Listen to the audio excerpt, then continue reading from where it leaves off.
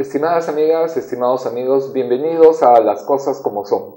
Estamos con ustedes, Federico Arnillas y Javier Torres. El tema que nos ocupa en esta oportunidad tiene que ver con los sucesos del 5 de junio del año 2009, el famoso caso del Baguazo, un escenario de confrontación, de crisis, producido en torno a una demanda muy importante de las organizaciones indígenas.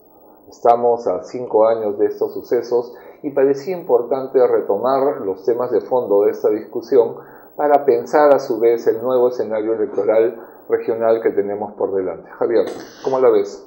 Bueno, el Baguazo fue producto pues de una tensión enorme que hubo durante el gobierno de Alan García, que produjo que debido a una serie de decretos que estaban vinculados al Tratado de Libre Comercio con Estados Unidos, ¿no? O bajo esa excusa se emitieron una serie de decretos que afectaban los derechos de los pueblos indígenas de la Amazonía. Esa fue un poco la raíz del conflicto. Tuvimos una huelga amazónica el 2008, hubo unas primeras negociaciones, no se llegó a ningún acuerdo, y vino la huelga del 2009, ¿no? Que como todos saben terminó en esta tragedia con las muertes tanto en la Curva del Diablo como en la Estación 6, ¿no? Fue realmente una tragedia que conmovió a todo el país y que todavía ha dejado secuelas. Se acaba de iniciar la fase oral del juicio por el caso de la Curva del Diablo. Hay como 4 o 5 procesos, pero el de la Curva del Diablo acaba de empezar, además con pedidos de 35 años y cadena perpetua para los dirigentes de la movilización. Santiago Manuín, que fue baleado justamente en la Curva del Diablo, ahora lo quieren mandar a la cárcel para el resto de su vida, el mismo Alberto Pizango. Y sin embargo, aparte del proceso judicial, aparte de ese tema que va a tener todavía larga cola seguramente, la Amazonía, sin embargo, creo que después del Baguazo se instaló ya la Amazonía en la agenda de la opinión pública, ¿no? No sé qué piensas tú, pero es como que hasta el Baguazo creo que veíamos lejano, distante la realidad, la problemática de la Amazonía, y con el Baguazo fue como un campanazo, fue como un martillazo para todos, y ahí se empezó a debatir, bueno, qué está pasando en la Amazonía, qué proyectos hay, qué pasa con los indígenas. Si me permite, yo quisiera recuperar algunas cosas que aparecen un poquito más atrás, perdidas, ¿no?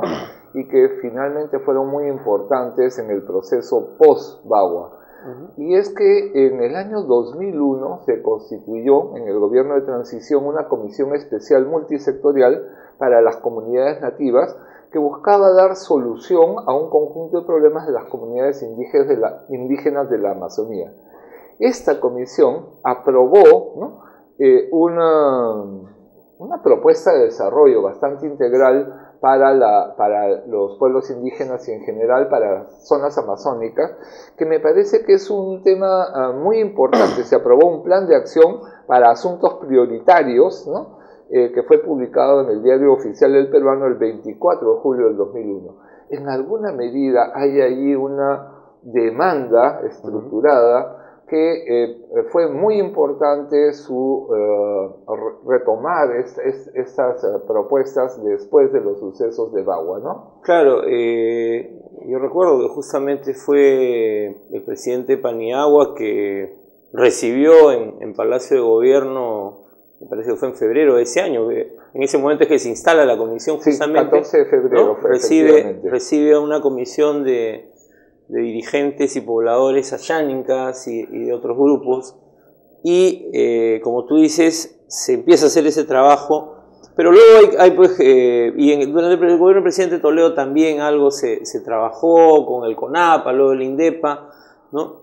Pero con el gobierno de Alan García y los discursos del perro del hortelano, digamos que como que la cosa se quebró, ¿no? Como que el mensaje era, bueno, la Amazonía es un territorio a colonizar, a conquistar, es decir, como que se volvió pues un discurso del siglo XIX, ¿no?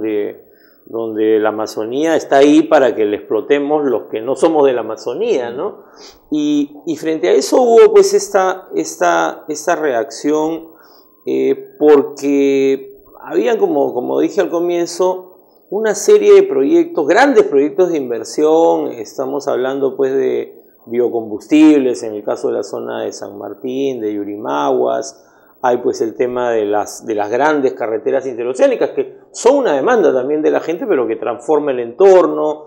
La inversión petrolera que ya se empezaba a querer relanzar después de muchos años de parálisis en el sector, más hacia el sur todo el tema del gas, es decir, como que, y el tema de las hidroeléctricas también que apareció durante el gobierno de García, es decir, como que de pronto todos los ojos se pusieron sobre la Amazonía y la Amazonía reaccionó diciendo, bueno, sobre todo los pueblos indígenas, Aguajún, Huampi, los Asháninka, salieron a decir, bueno, acá estamos, es decir, tenemos unos problemas y queremos también que se nos escuche. Quizás para nuestros televidentes valdría la pena ver qué parte del territorio nacional está comprometido.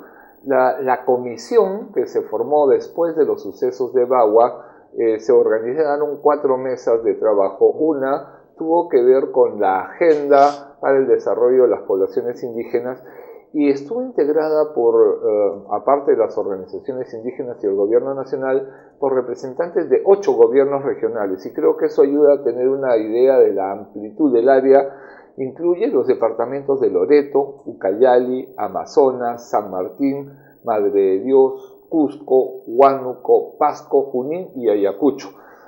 Y Cajamarca. Estamos hablando de un área, como ustedes pueden escuchar y ver, ¿no es cierto?, bastante grande del territorio nacional. Entonces sí, es claro, efectivamente, desde el punto de vista del país, es un área vital, digamos, y sobre las cuales como sociedad, como Estado, no hemos tenido una respuesta eficaz, ¿no es cierto? Sí, yo creo que, yo recuerdo que nosotros también en Puno, cuando hemos trabajado en el SER, cuando hablábamos, hicimos unas campañas sobre la Amazonía puneña, y la gente, claro, conocía Sandia, ¿no? Pero no tenía, es como que no tenemos idea de la dimensión que tiene la Amazonía y del valor que tiene la Amazonía, ¿no? Fíjate que en esta comisión efectivamente Puno no estuvo presente. Claro, claro. Y es efectivamente una de las regiones que también tiene una presencia importante en la Amazonía, además en una zona con potencial conflicto alto, ¿no es cierto? Toda esta zona de selva de Puno, ¿no? Así es, creo que tenemos que hacer una pausa y seguimos conversando sobre la agenda amazónica a 5 años del Baguazo.